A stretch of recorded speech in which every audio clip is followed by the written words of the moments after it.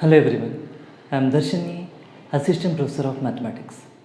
In this session, we are going to learn about limit of a function, and we are going to learn what is a left hand limit and what is a right hand limit.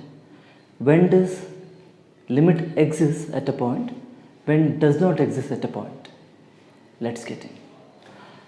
Suppose if I want to travel from a point A to a point B in such a way that I am going to cover half of the remaining distance after every minute. So this is the distance between A and B. After the first minute, I will be exactly at the middle of A and B. After the next minute, I am going to cover half of the remaining distance, that will be somewhere here. If I continue to travel like this, my question is, after how many minutes I am going to reach the point B? So mathematically, I know that I cannot reach B going like this, because the distance is not 0. So the half of the distance will not be equal to 0. But what I know is, after every minute I am getting closer and closer to the point B. Such things happen in mathematics as well. Let me explain with an example. Let us consider a function f of x is equal to x square. Let me draw the graph of this function. Okay. I wanted to know the value of this function at x equal to 2. This is 2. It is clear that the value of this function at this point is 4. I don't know the value of this function at x equal to 2. To find out the value at 2, what I do is, I approach the point 2 from left hand side and the right hand side. Let us try this. If I approach this value from the left hand side, the graph increases and approaches 4. Similarly, if I approach 2 from the right hand side, the function decreases and approaches 4. What I observe here is, approaching 2 from the left hand side, the function approaching 4. Approaching the point 2 from the right hand side, the function is approaching 4. I make a little difference in the function. F of x equal to x square if x is not equal to 2, and f of x equal to 5 if x equal to 2.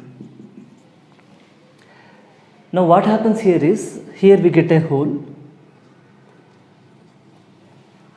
The value of function at 2 is not equal to x square, it is 5. It will be somewhere here. This is 5, okay. Now let us observe this graph. I approach the point 2 from the left hand side. The function increases and approaches 4. If I approach the point 2 from the right hand side, again the function decreases and approaches 4. Even the value of the function at 2 is not equal to 4, the function is approaching 4 from the left hand side and the right hand side. We say that limit of f of x as x tends to 2 is equal to 4. Or we can write f of x tends to 4 as x tends to 2. This may not happen for every function. So I need to find out the value of f of x at this point A. Coming from the left hand side, suppose it approaches this point. Let this be equal to A. Approaching a from the right hand side, suppose this function approaches this point. Let this be equal to b. A and b are two different values. At the point a, the function need not be defined. In this case, coming from the left hand side, I am approaching a different value. Coming from the right hand side, I am approaching a different value. So I am supposed to define two different things: the limit from the left hand side, limit from the right hand side. So let me denote the left hand limit. Let this function be f of x. F of x as x tends to a minus b equal to a. A minus represents the left hand side. We are approaching a from the values less than a. I denote limit of f of x equal to b as x tends to a plus. The plus denotes we are approaching a from the values greater than a, that is from the right hand side. And this limit is known as left hand limit, and this limit is known as right hand limit. Suppose if they are equal, we define the value, the common value, as the limit of that function at that point. As I denoted earlier, limit of f of x as x tends to a is equal to some L. So we have three concepts here. One is left hand limit. Left hand limit is the value f of x approaches when we approach the point a from the values less than a. The right hand limit is the value of f of x, the value f of x approaches when we approach a from the right hand side. If they are equal, we say that limit exists, and it is denoted by limit of f of x as x tends to a. Now let us define limit of a function formally. We say that f of x approaches a limit L, approaches a limit L as x tends to a, x tends to a point a, denoted by limit of f of x as x tends to a is equal to L if for every epsilon positive there exists delta positive such that mod of f of x minus L is less than epsilon whenever 0 less than mod x minus c less than delta. Let us understand this definition by using an example. Suppose I consider a graph, this graph f of x. I need to find out the limit of f of x at a, this point. By the graph, it is clear that the limit of f of x at a is this value. Let it be equal to L. Now for every epsilon greater than 0, I consider this interval L plus epsilon, L minus epsilon. Corresponding point for L minus epsilon on this graph is this point, and the corresponding value for L plus epsilon is this point.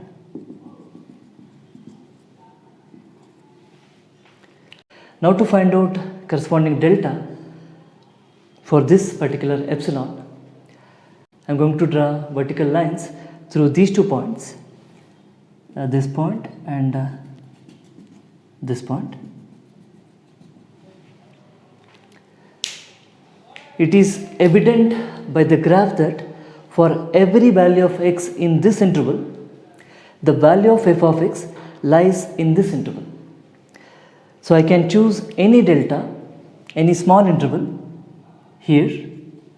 This is a plus delta, this is a minus delta. For any value of x in this interval, the value of f of x lies in this interval. Here I am taking mod of x minus a greater than 0. That means that we are avoiding this condition, mod of x minus a equal to 0. If mod of x minus a is equal to 0, then x should be equal to a. This is because we are concerned about the value of f of x as x approaching a rather than the value of f of x exactly at a. Even if the function is not defined at this point, we can find the limit. We define limit of a function at a point, limit of f of x equal to L as x tends to a, if for every epsilon positive there exists delta positive such that mod of f of x minus L less than epsilon whenever 0 less than mod x minus a less than delta. Using this definition, I can define left hand limit and the right hand limit. If you observe this interval, this is the interval a minus delta, a plus delta, but x not equal to a. If I represent that interval on the real line, this is a minus delta, this is a plus delta, this is the point a. A is not included in that interval. Now if I have to approach a from the values less than a, I have to approach along this interval. If I have to approach the value of a from the right hand side, that is the values greater than a, I have to approach along this interval. So I define the left hand limit denoted by limit of f of x as x tends to a minus is said to be equal to L if for every epsilon positive there exists delta positive such that mod of f of x minus L is less than epsilon whenever a minus delta less than x less than a. So only difference here is, here we are considering x belongs to a minus delta, a plus delta, where x not equal to a. Here we are considering the interval a minus delta comma a. Similarly, we say that the right hand limit denoted by limit of f of x as x tends to a plus is said to be equal to a value L if for every epsilon positive there exists delta positive such that mod of f of x minus L is less than epsilon whenever a less than x less than a plus delta. If for a function f of x at a point a, if LHL exists, RHL exists and they are equal, we say that limit exists and it is equal to the common value.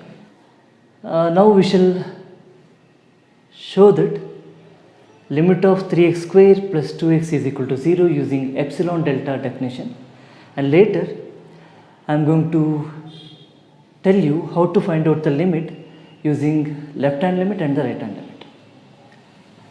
Consider mod of 3x square plus 2x minus 0. This is mod of f of x minus L. This is equal to mod 3x square plus 2x. By triangle inequality, this is less than or equal to 3 mod x square plus 2 mod x. I should get here, this is less than epsilon by 2 and less than epsilon by 2. I will get epsilon here. So the purpose is to get less than epsilon by 2 plus epsilon by 2 so that I get epsilon. Okay, so if I consider 3 mod x square less than epsilon by 2, what I get here is x square should be less than epsilon by 6. In other words, mod x should be less than root of epsilon by 6. Okay. Similarly, I can considering this one, 2 mod x less than epsilon by 2 implies that mod x less than epsilon by 4. So to get 3 mod x square less than epsilon by 2, I should have mod x less than root epsilon by 6. To get 2 mod x less than epsilon by 2, I should have mod x less than epsilon by 4. To get both the conditions, I consider the minimum of these two and I take it as delta. So what I do is, let delta be equal to minimum of epsilon by 4 and root of epsilon by 6. Now let us see what happens. Epsilon greater than 0 is arbitrary. For epsilon greater than 0, 3x square plus 2x minus 0 is less than epsilon if mod of x minus 0 is less than delta. If I write everything in one line, for epsilon greater than 0, we can find delta greater than 0 such that mod of 3x square plus 2x minus 0 less than epsilon whenever mod of x minus 0 less than delta. So we can take greater than 0 as extra condition. We have limit of 3x square plus 2x is equal to 0 as x tends to 0. Alternatively, we can find the limit using LHL and RHL. So I have to approach 0. This is 0. To find out the left hand limit, I have to approach 0 from the left hand side in this way. To find the right hand limit, I have to approach 0 from the right hand side in this way. So first let me consider the left hand limit. LHL is equal to limit of 3x square plus 2x as x tends to 0 minus. Minus represents the left hand side. If I approaching 0 from the values less than 0, the value less than 0 will be of the form 0 minus h. If h tends to 0 minus h tends to 0. So I can take here, this is same as limit of 3 into 0 minus h whole square plus 2 into 0 minus h as h tends to 0. This is equal to limit of 3h square plus 2 into minus h as h tends to 0. This is clearly equal to 3 into 0 plus 2 into 0 is 0. Now to find out the right hand limit, limit of 3x square plus 2x as x tends to 0 plus, I have to approach 0 from the values greater than 0. The values greater than 0 will be of the form 0 plus h. If I let h tends to 0, 0 plus h tends to 0. So I substitute x equal to 0 plus h and let h tends to 0. This is equal to limit of 3 into 0 plus h whole square plus 2 into 0 plus h as h tends to 0. This is same as limit of h tends to 0, 3h square plus 2h. As h tends to 0, I get 0 plus 0 which is equal to 0. The LHL is equal to 0, RHL is also equal to 0. Since LHL equal to RHL, limit exists at x equal to 0, we can write limit of 3x square plus 2x as x tends to 0 as 0, which is the common value of LHL and RHL. In general, to find out limit of f of x as x tends to a, you need to find out LHL and RHL. LHL is limit of f of x as x tends to a minus. Minus is to represent the direction. The RHL is limit of f of x as x tends to a plus. Plus denotes the right direction. Now, if I want to approach a from the left hand side, the values less than a will be of the form a minus h. So here put x equal to a minus h and let h tends to 0. And this will be equal to limit of f of a minus h as h tends to 0. Similarly, if I have to approach a from the right hand side, I have to put x equal to a plus h and let h tends to 0. So this will be equal to limit of f of a plus h as h tends to 0. Suppose these two exist and they are equal, then we say that limit exists at x tends to a, otherwise limit does not exist at x equal to a.